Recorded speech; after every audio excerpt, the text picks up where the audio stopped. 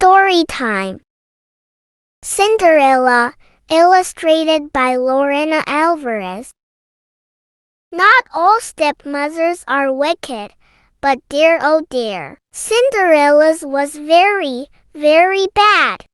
From morning till night, she made Cinderella cook and carry, clean and scrub. Cinderella even had to look after her horrible stepsisters. Every day her stepmother would screech, "Hurry up, you wretched girl.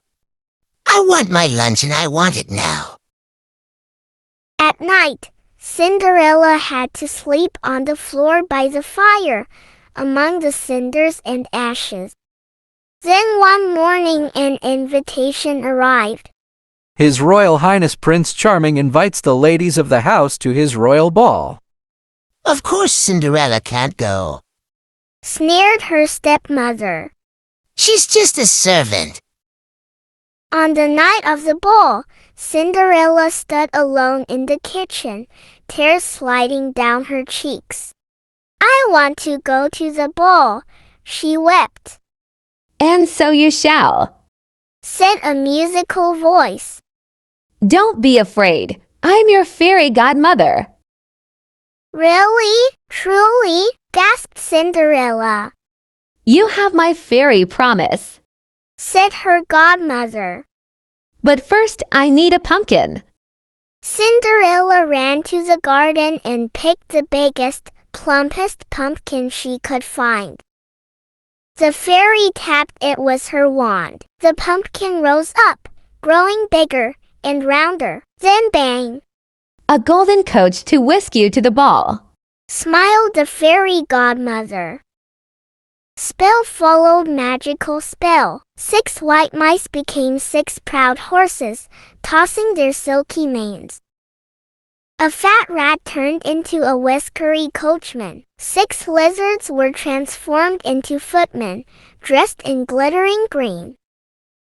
Last of all came a ball gown, golden yellow and laced with flowers. "Thank you," said Cinderella. On her feet were a pair of glass slippers, the prettiest she'd ever seen. "Just remember," said her godmother, "you must leave before the clock strikes midnight, for then my magic will start to fade." At the royal palace, Cinderella swept into a splendid ballroom. Will you dance with me? Asked the prince. As they twirled and spun, a whisper followed them around the room. "Who is that beautiful girl? She must be a princess." Moaned Cinderella's stepsister. "But I'm sure the prince would much rather dance with me." Cinderella wished the dance could last forever, but all too soon, the clock struck midnight. "I must go," she cried, as she dashed down the palace steps. Her dress turned back to rags. Her carriage was a pumpkin. Her coachman was a rat.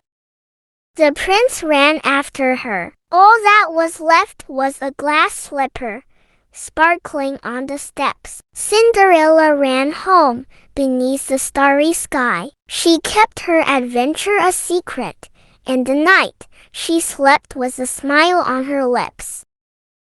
The prince longed to find the mystery girl who had danced herself into his dreams. He searched the land with the glass slipper, declaring, "I'll marry the girl who fits this shoe." At last, he came to Cinderella's house. "It will fit me," screeched her stepsisters, snatching the shoe. They squeezed and squashed and squirmed, then screamed. No matter what they did, they couldn't get the shoe to fit.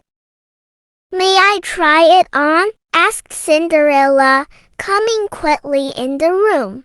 "No," snapped her stepmother, but it was too late. Cinderella had put on the shoe, and it was a perfect fit. The room sparkled with stars. Cinderella's ragged clothes turned to gold. She was dressed in her ball gown once more. Her stepmother looked on aghast. "At last," cried the prince. "I found you." They were married the very next day.